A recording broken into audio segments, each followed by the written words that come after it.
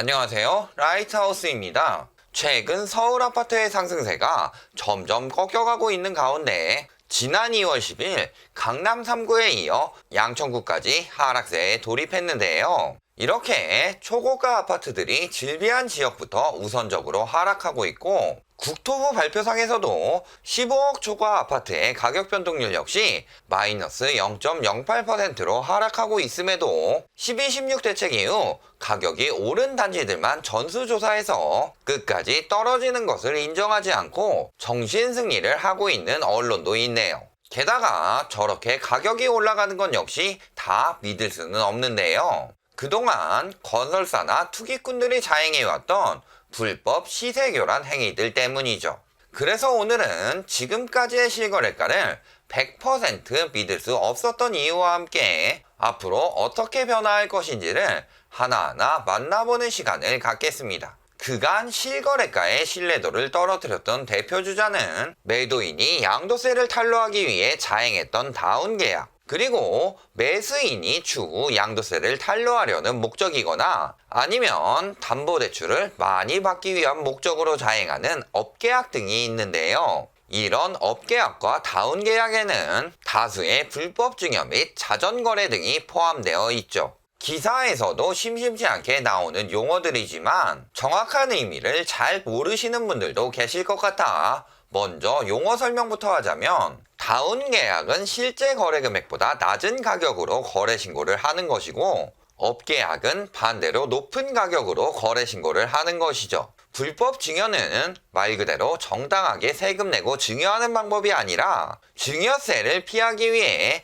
불법적인 방법을 사용하여 세금을 줄이거나 심지어는 안 내기까지 하는 행위를 말하고요. 자전거래란 원래 주식에서 사용하던 용어로 거래량을 부풀리기 위해 자기 식구들끼리 주식을 사고 파는 것을 말합니다. 하지만 부동산에서는 거래량보다도 시세 및 실거래가를 상승시키기 위해 기존 거래보다 높은 가격으로 거래 신고를 하는 방법으로 사용하는 경우가 대부분이고요. 예를 들어 시세가 7억에서 보합 중인 상태인데 시세를 올리기 위해 8억 5천으로 계약하고 거래 신고를 한 뒤 계약을 취소하거나 아니면 아예 계약도 하지 않고 거짓 거래 신고를 하는 경우를 보통 자전거래라고 합니다. 자전거래의 경우 개인이 부동산과 담합하여 하는 경우는 물론 부동산이 단지의 시세를 띄우기 위해 자체적으로 하는 경우도 있고, 아니면 건설사에서 분양 전에 미리 가격 띄우기를 하기 위해 부동산과 연합해서 하는 경우까지 있어 부동산 시장에 뿌리 깊게 남아있는 병폐 중 하나죠.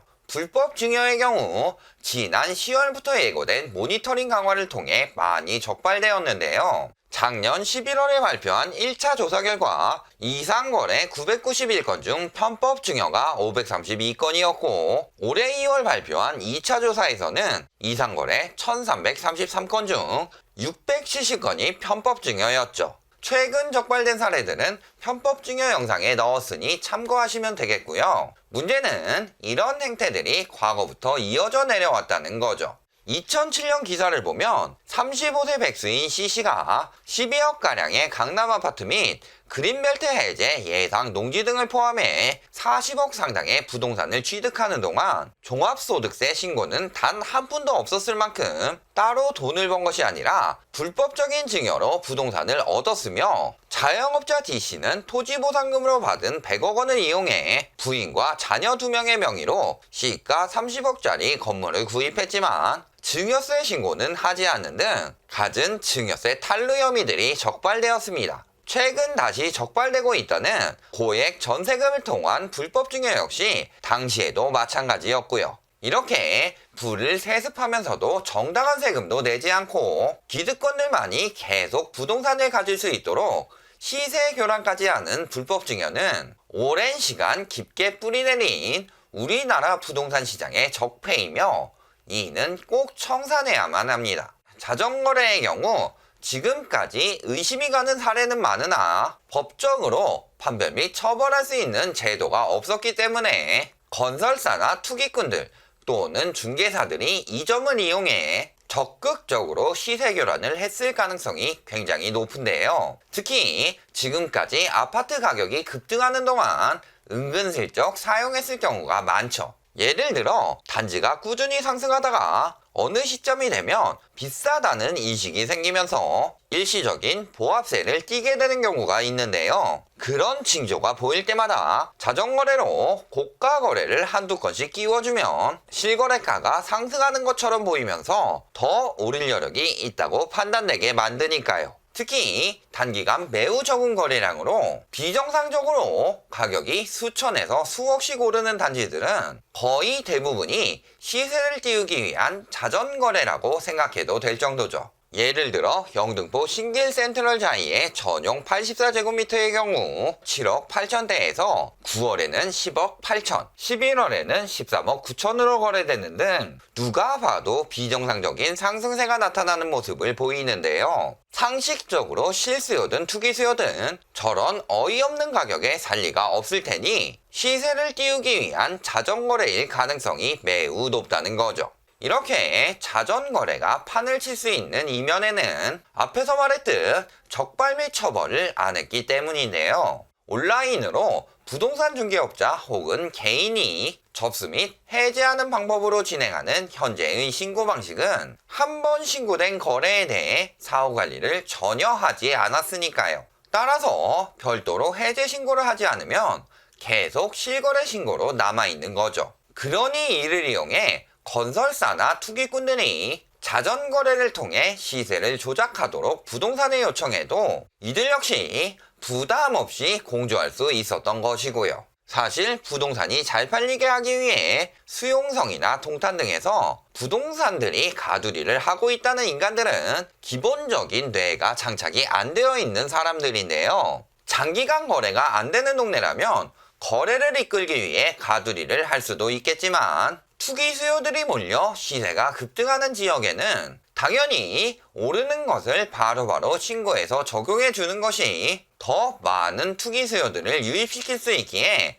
부동산의 이익인데 말이죠. 그리고 실제 저런 지역들은 투기꾼들이 닥치고 있어도 알아서 거래를 늘리기 위해 자전거래를 하는 부동산들도 많고요. 그런데 지들이 지방 아파트임에도 강남 3구나 마용성처럼 받아 처먹으려고 욕심을 너무 과하게 부리니 가두리처럼 보이는 거죠. 이렇게 추격 매수를 꼬드기기 위해 이루어지는 허위거래 신고가 얼마나 많이 있었을지는 상상이 안 가는 상황이고요. 결국 이렇게 시세를 교란하는 세력들로 인해 집값이 잡히지 않자 정부는 지난 12.16 정책에서 2월에 국토부 감정원의 상설조사팀을 신설하고 부동산조사 전담 특사경 인력을 증원 배치하여 불법 행위를 단속할 것을 예고했는데요. 드디어 내일인 2월 21일부터 이상거래에 대해 착실히 수사해 이런 불법 탈법적 행위를 잡아낼 계획입니다. 그리고 이미 지난 10월부터 국토교통부와 행정안전부, 금융위원회와 금융감독원, 한국감정원 등이 참여한 합동조사팀을 꾸려 두 차례에 걸쳐 조사한 후 적발된 사항들에 대한 발표까지 하는 등 착실히 모니터링을 강화 중이고요. 특히 이번 조사의 핵심은 이전 영상에서도 올렸었던 매물호가에 영향을 미치는 집값 담합과 함께 실거래가에 직접적으로 영향을 미치며 사람들에게 거짓 정보를 심어주는 불법 증여에 대해 대대적으로 조사가 들어갈 예정인데요. 여기에 실거래 신고를 60일에서 30일로 단축하면서 거래 취소 신고까지 의무로 부여되니 이제는 더 이상 실거래 시세를 교란하던 자전거래 역시 법적으로 잡아낼 수 있는 제도를 만들어 놓은 상황이라 앞으로는 마음껏 활개칠 수가 없게 되죠. 이렇게 불법적인 시세 교란 행위를 잡아내려는 제도들은 실제 중개업자 입장에서 신고하는데 그렇게 오랜 시간이 걸리는 것도 아니고 어차피 해야 할 신고를 조금 더 앞당겨 하는 것일 뿐임에도 똥줄이 탄 언론들이나 중개사들이 시장 혼란을 예고한다느니 번거로워진다느니 누가 봐도 어이없는 핑계들을 대가며 반대하고 있는데요. 그런 되도 않는 주장은 씨알도 먹힐 리가 없죠. 따라서 시세를 교란하는 자전거래 역시 적발 시 3천만 원의 과태료가 부과될 예정이며 신고자 포상은 20%라고 하니 이전 집값 담합 신고 영상에서 말했던 방법으로 증거를 잡아 신고해서 시세 교란도 막고 포상금도 받으시기를 바랍니다. 그러니 이렇게 법적 근거가 만들어지기 직전인 지금 마지막으로 시세 띄우기를 하기 위한 언론들의 호도가 판을 치고 있는데요.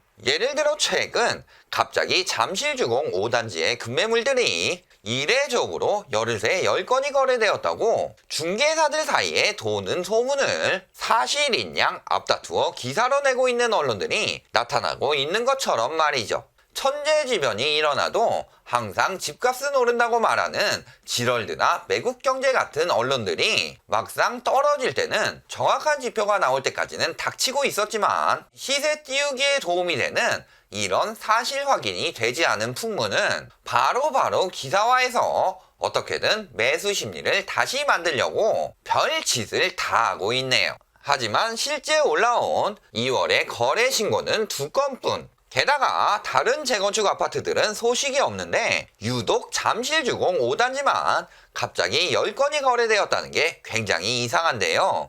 일부러 매수 심리를 만들기 위해 암암리에 거짓 소문을 흘리는 것이 아니면 21일부터 시작되는 특사경을 앞두고 마지막까지 자정거래를 크게 해서 매수 심리를 만듦과 동시에 가격 방어를 하는 것으로 보이며 이런 이상거래에 대해서도 면밀히 조사가 들어갔으면 좋겠네요. 그 외에도 도입부에 말했듯 초고가 아파트들이 하락세를 이루고 있는 추세에서 신고가를 갱신한 단지들만 골라서 보여주는 돼지털이 멈추는 언론에서 나온 단지들 역시 굳이 지금 비싸게 살 이유도 없고 그럴 여력도 만들기 힘드니 불법 증여를 통한 거래이거나 자전거래의 가능성이 높은 만큼 철저한 조사가 필요하고요. 결론을 말씀드리겠습니다. 지금 정부에서는 투기와의 전쟁을 선포하고 풍선 효과를 보이는 지역들에 오늘부터 규제를 확대 강화할 예정이며 내일부터는 이런 시세교란 행위들을 적발할 수 있는 제도적 장치를 만드는 등 부동산 투기를 때려잡는데 사활을 걸고 있습니다.